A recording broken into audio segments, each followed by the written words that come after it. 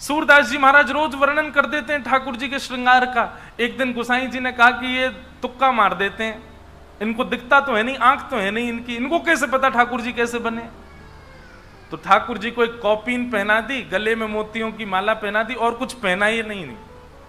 आज ठाकुर जी निर्वस्त्र खड़े कर दिए। सूरदास जी से बोले अब बताओ ठाकुर जी कैसे लग रहे हैं। बोले पीतांबरी बोल देना ये तो सामान्य बात है, ठाकुर जी पीतांबरी पहनते ही हैं। सिर पर पाग बोल देना, कभी मुकुट बोल देना, ये तो सामान्य बात है, क्योंकि पाग और मुकुट के अलावा कुछ पहनते नहीं है। आज बताए सूरदास क्या पहना है ठाकुर जी ने, क्योंकि सूरदास ठाकुर जी तो आज निर्वस्त्र खड़े हैं। नेत्र है नहीं सूरदास जी के। जैसे ही कपाट खुले श्रीनाथ जी के, सूरदास जी पहले तो मुंह पे हाथ धर के खूब हंसे। गोसाई जी बोले क्या हो गया, आज कैसे लग रहे हैं ठाकुर जी। आज तो बहुत प्यारे लग रहे हैं, बताओ तो सूरदास कैसे लग रहे हैं। नेत्र नहीं है सूरदास जी के। सूरदास जी कहते हैं मोतन माल गले उर साजे, छवि के उठत तरंगा, आज हरि देखे नंगम नंगा, आज हरि देखे नंगम नंगा।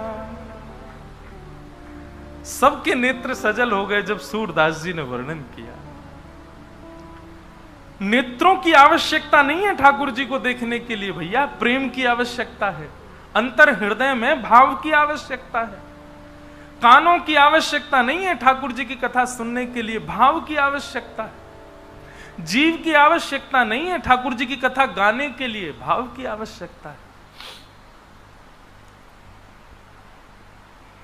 ताज बेगम कहती है सुनो दिल जानी मेरे दिल की कहानी, तेरे हाथ हूँ बिकानी, तेरे हाथ हूँ बिकानी, बदनाम भी सहूंगी, सुनो दिल जानी।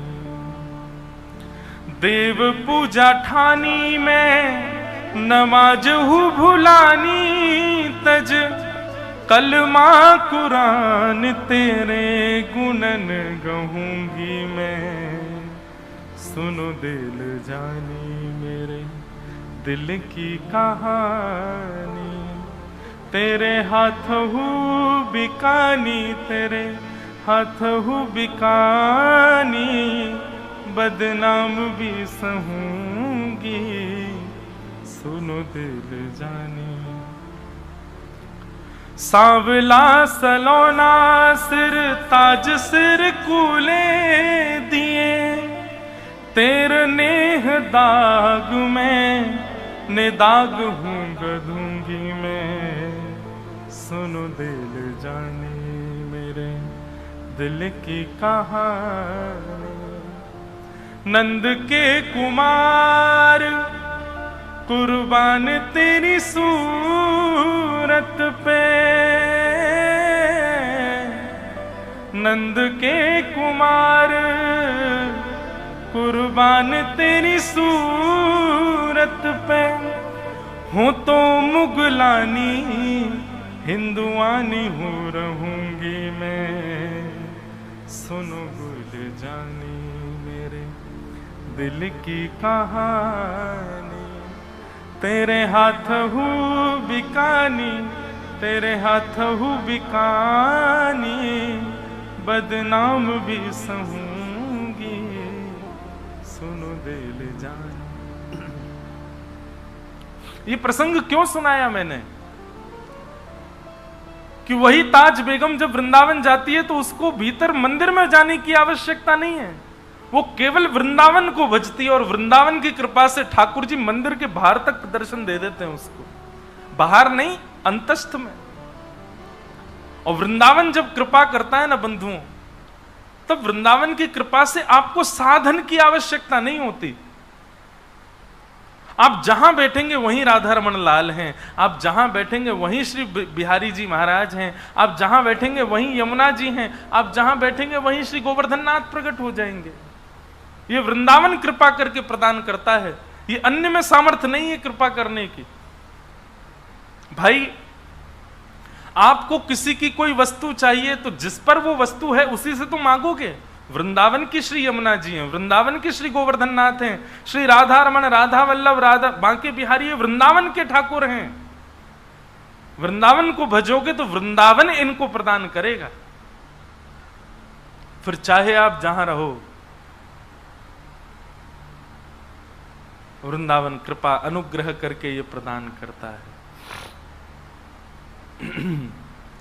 मैं तो निवेदन करता हूं कि श्री जी को भजो, ठाकुर जी को भजो, जिसको भजना भजो, परंतु एक बार मेरे कहे से वृंदावन को भजना प्रारंभ कर दो।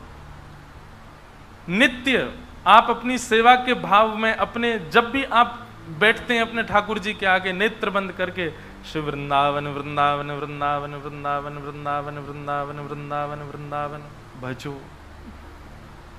वृंदावन अनुग्रह करता है तो आपको कण कण में श्री राधा रमण जी का अनुभव होता है।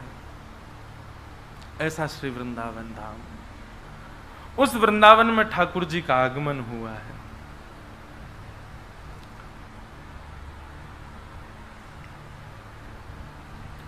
ठाकुर जी वृंदावन पहुंचे और वृंदावन आकर के भगवान ने सबसे पहले अघासुर का वध किया। ये अघासुर जो था ये सर्प के रूप में आया था। ठाकुर जी ने जाकर के उसका वध किया और ग्वाल बालों का हरण करके ब्रह्मा जी ले गए। ब्रह्मा जी को ज्ञान उपदेश करके भगवान ने ग्वाल बालों को वहां से मुक्त किया। धनुकासुर नाम का दैत्य था, उसका वध किया बलराम जी ने। तत्पश्चात भगवान ने कालिया नाग का भी वध किया। कालिया नाग का वध तो नहीं, कालिया नाग को यमुना जी से दूर भगाया। तत्पश्चात भागवत में वेणु गीत का प्रसंग आता है, अत्यंत सुंदर।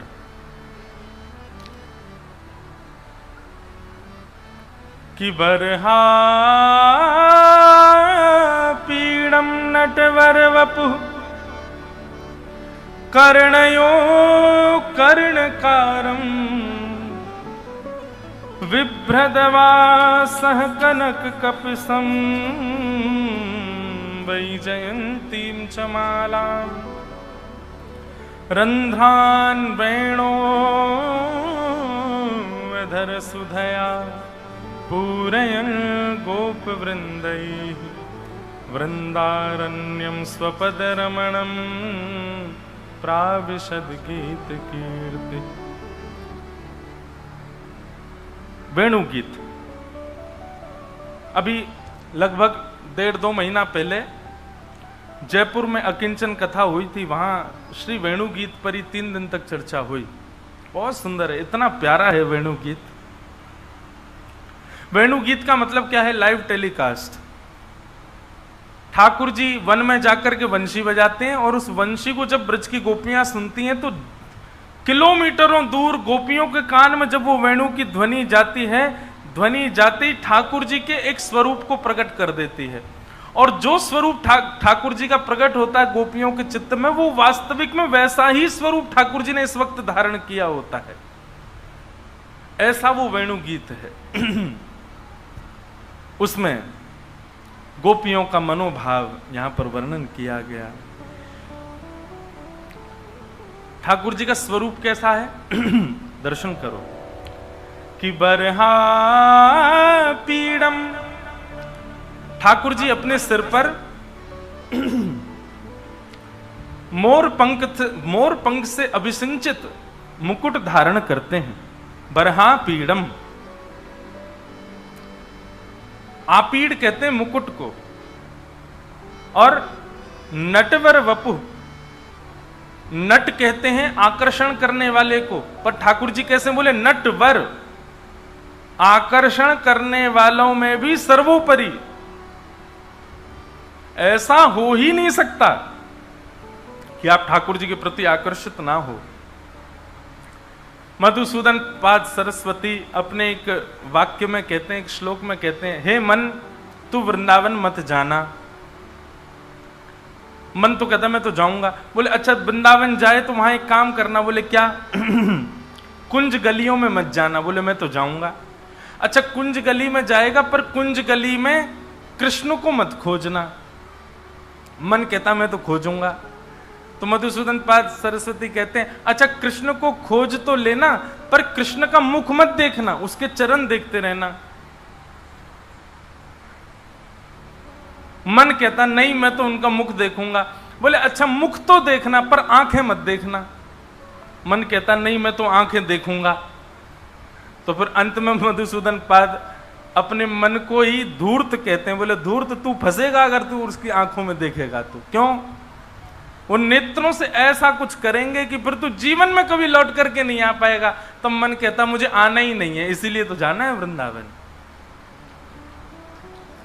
मानो हम सबको चेतावनी दे रहे हैं। बोले वृंदावन जाओ पर श्याम सुंदर को दूर से देख दाख के आ जाओ भैया। कहीं अगर ज्यादा समीप चले गए और कहीं ठाकुर जी ने अपनी चित्तवृत्ति तिरछी चितवन से आपकी ओर देख लियो, फिर कोई के है नहीं पाओगे, कोई और को देख नहीं पाओगे।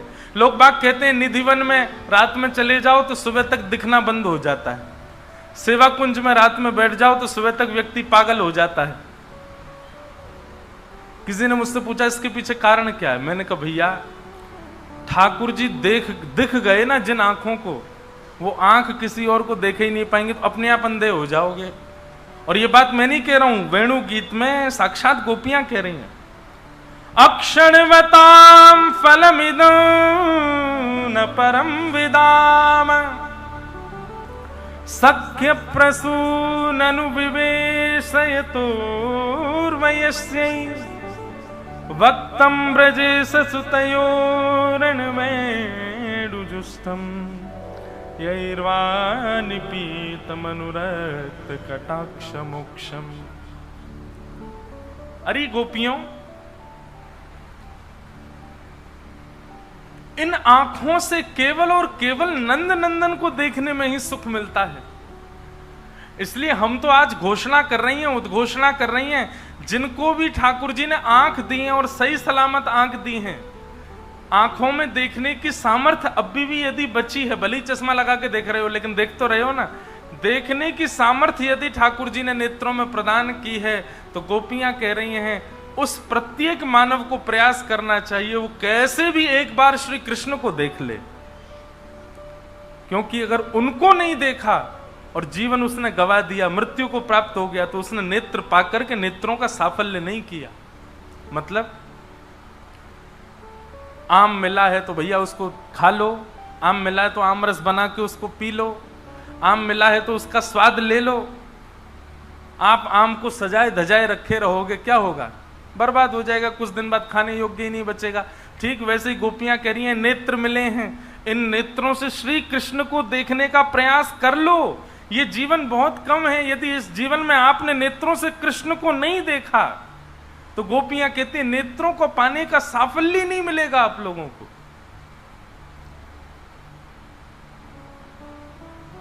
सूरदास जी को किसी ने कहा कि हे सूरदास जी, आपके पास नेत्र तो है नहीं, ठाकुर जी ने आपको जन्मांध बनाया, जन्म से अंधा बनाया, फिर भी उस ठाकुर का इतना यश क्यों गाते हो आप?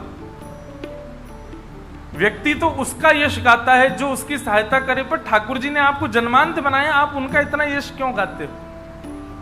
सूरदास जी का उत्तर बड़ा सुंदर। सूरदास जी कहते हैं, बोले भैया किसी व्यक्ति को यदि कोई योग्यता मिली है तो इसका मतलब क्या है? उस योग्यता से वो अपनी रक्षा सुरक्षा स्वयं करे। हमको ठाकुर जी ने पैर दिए हैं, पैर दिए हैं मतलब अपने आप चल करके पानी पियाओ। हाथ दिए हैं, अपने काम स्वयं कर लो। नेत्र दिए हैं, इसका मतलब सामने से यदि कोई आ रहा है तो हट जाओ, सामने गड्ढा है तो बच करके चलो, लांग करके चलो, सामने थोड़ा ऊंचा बम्पर जैसा है तो छलांग करके चलो। नेत्र ठाकुर जी ने दिए, माने अपनी स्थिति स्वयं समझ लो और स्वयं को बचाओ। लेकिन ठाकुर जी ने मुझको नेत्र नहीं दिए। नेत्र नहीं दिए इसका मतलब क्या है? चाहे मेरे जीवन में गड्ढे आए, चाहे ऊंचाई आए, चाहे नीचाई आए, चाहे सामने से कोई आए, चाहे कहीं से भी कुछ आवे, मुझे कुछ दिखेगा नहीं। क्यों? ठाकुर जी ने मेरा हाथ पकड़ करके कह रखा है, सूरदास तू तो मेरो भजन कर, तेरी देखवे को काम मैं करूंगा, तू बस मेरो हाथ पकड़ ले। जहां गड्ढो आएगो मैं तो बचाऊंगा, जहां सामने तो कोई आएगो भाई मैं किनारे करूंगा, तू तो केवल मेरो ध्यान कर, तो देखने की जरूरत नहीं है। ठाकुर जी ने किसी को अपूर्ण करके भेजा, इसका मतलब उसकी जिम्मेवारियां कम करी हैं ठाकुर जी ने। तू कम बर्डन ले यार सिर पे, काय को इतना सिर पे ले रहा है, थोड़ा अपूर्ण रहे। लेकिन हम उस अपूर्णता को अभिशाप मान करके दुखी हो जाते हैं। क्यों? इसलिए भैया किसी भी रूप में, किसी भी भाव से यदि आप अपूर्ण हो तो निश्चित है कि श्री कृष्ण उस अपूर्ण स्थान पर बैठे हैं, उसी अपूर्ण स्थान को उन्होंने स्वीकार कर रखा। लेकिन प्रसन्न तो रहना मन से कि ये अपूर्णता के रूप में ठाकुर जी बैठे हैं, पर फिर भी सूरदास जी की तरह कभी कभी ठाकुर जी से बात वार्तालाप किया करो।